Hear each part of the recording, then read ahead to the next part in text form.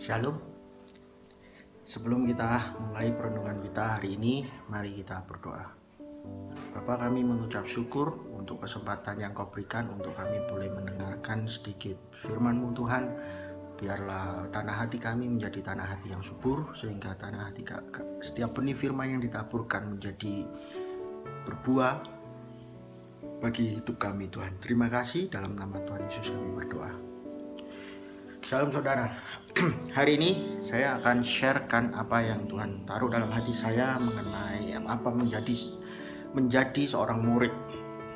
Mari kita buka di Matius 5. Saya akan baca dari ayat yang pertama sampai ayat yang ke-12.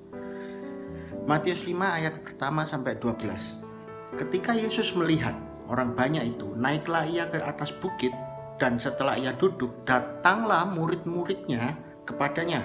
Maka Yesus pun mulai berbicara dan mengajar mereka, katanya, "Berbahagialah orang yang miskin di hadapan Allah, karena merekalah yang mempunyai kerajaan surga. Berbahagialah orang yang berduka cita, karena mereka akan dihibur. Berbahagialah orang yang lemah lembut, karena mereka akan memiliki bumi. Berbahagialah orang yang lapar dan haus akan kebenaran, karena mereka akan dipuaskan. Berbahagialah orang yang murah hatinya, karena mereka akan beroleh kemurahan. Berbahagialah orang yang suci hatinya, karena mereka akan melihat Allah. Berbahagialah orang yang membawa damai, karena mereka akan disebut anak-anak Allah." Sampai di situ dulu. Ayat yang pertama, kita tahu bahwa ketika Yesus melihat orang banyak itu, maka ia berdiri di atas bukit. Dia naik ke atas bukit, lalu ia duduk. Lalu murid-muridnya datang, saudara. Artinya apa, saudara? Artinya momen doa bagi seorang anak itu adalah momen di mana dia akan menyampaikan apa yang dia inginkan biasanya. Tapi momen doa bagi seorang murid itu adalah momen di mana kita datang kepadanya untuk duduk, diam, dan mendengarkan dia.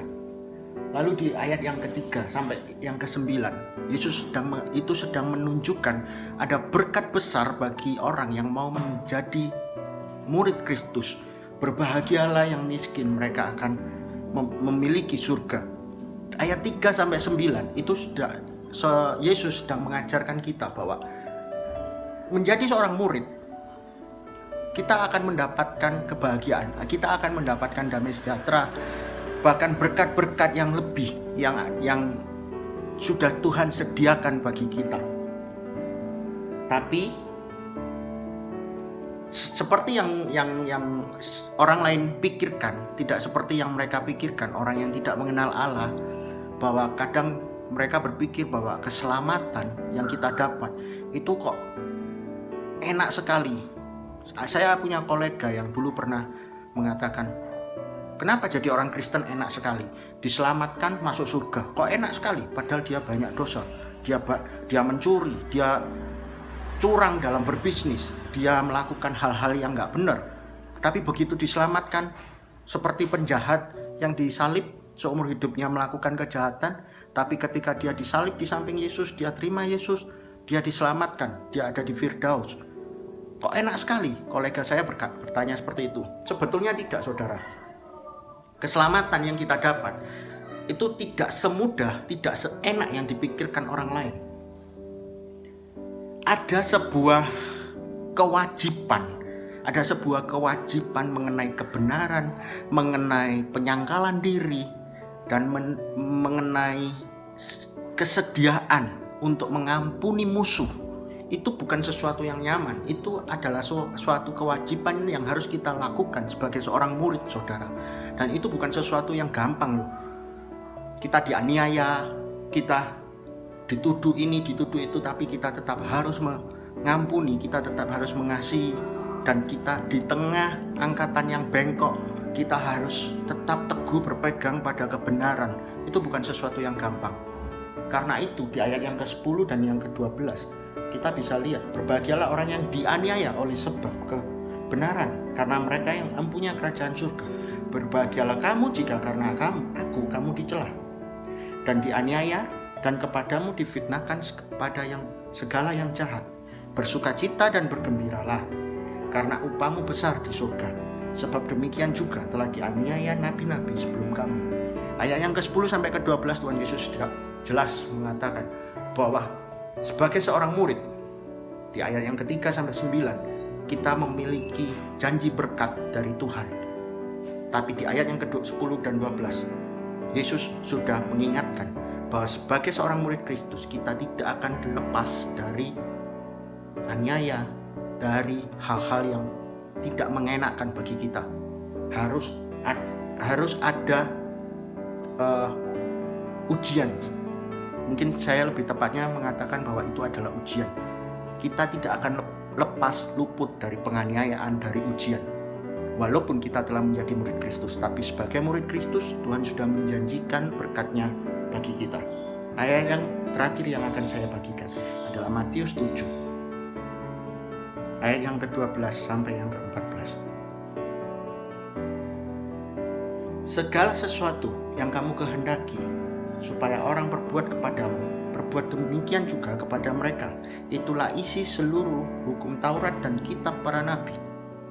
Masuklah melalui pintu yang sesak itu, karena lebarlah pintu dan luaslah jalan yang menuju kepada kebinasaan, dan banyak orang yang masuk melaluinya. Karena sesaklah pintu dan sempitlah jalan yang menuju kepada kehidupan, dan sedikit orang yang mendapatkannya. Di sini sebetulnya dikatakan bahwa untuk menjadi pengikut Kristus itu dua jalan, lebar dan sempit. Itu sebetulnya adalah perumpamaan tentang orang yang mau menjadi murid dan yang tidak mau jadi murid. Banyak orang yang tidak mau jadi murid, saudara. Karena apa? Karena tawaran yang diberikan dunia ketika kita tidak menjadi murid Kristus itu jauh lebih nyaman. Kenyamanan itu yang penting. Saya bukan anti kenyamanan, tapi kenyamanan dapat membunuh, saudara. Tidak menjadi murid Kristus, melakukan cara yang curang dalam berbisnis, cara yang curang dalam melakukan tugas, hal-hal yang tidak benar di hadapan Allah, itu adalah hal yang biasa, apalagi di zaman sekarang. Tapi bagi mereka yang mau jadi murid Kristus, mereka harus melalui jalan yang sempit. Jalan yang sempit itu mungkin kita akan hadapi aniaya, mungkin kita akan disingkirkan, akan dimusuhi oleh orang-orang tertentu karena kita tidak mau mengikuti gaya hidup mereka. Mungkin kita akan dikucilkan. Tapi ingat, saudara, itulah jalan yang akan membawa kita kepada kehidupan sejati ketika kita bertobat. Ketika kita melakukan buah-buah pertobatan itu, menjadi murid Kristus, itulah yang akan membawa kita kepada kehidupan sejati. Tapi jalan yang lebar itu akan membawa kita kepada kebinasaan, saudara. Dan di pasal yang kelima tadi, di ayat yang terakhir, Yesus mengatakan, hendaklah kamu sempurna karena Bapamu di surga adalah sempurna. Karena Yesus menuntut kita, mengharuskan kita untuk berusaha menjadi sempurna. Tuhan tahu kekurangan kita sebagai manusia, tapi Tuhan juga tahu bahwa sebagai Bapa, ada Bapa yang akan selalu memberikan kita petunjuk bagaimana untuk menjadi manusia yang sempurna, serupa dengan dan segambar Allah seperti pada mulanya Tuhan menciptakan. Terima kasih, Tuhan Yesus memberkati. Mari kita menjadi murid Kristus dengan melalui jalan yang sempit.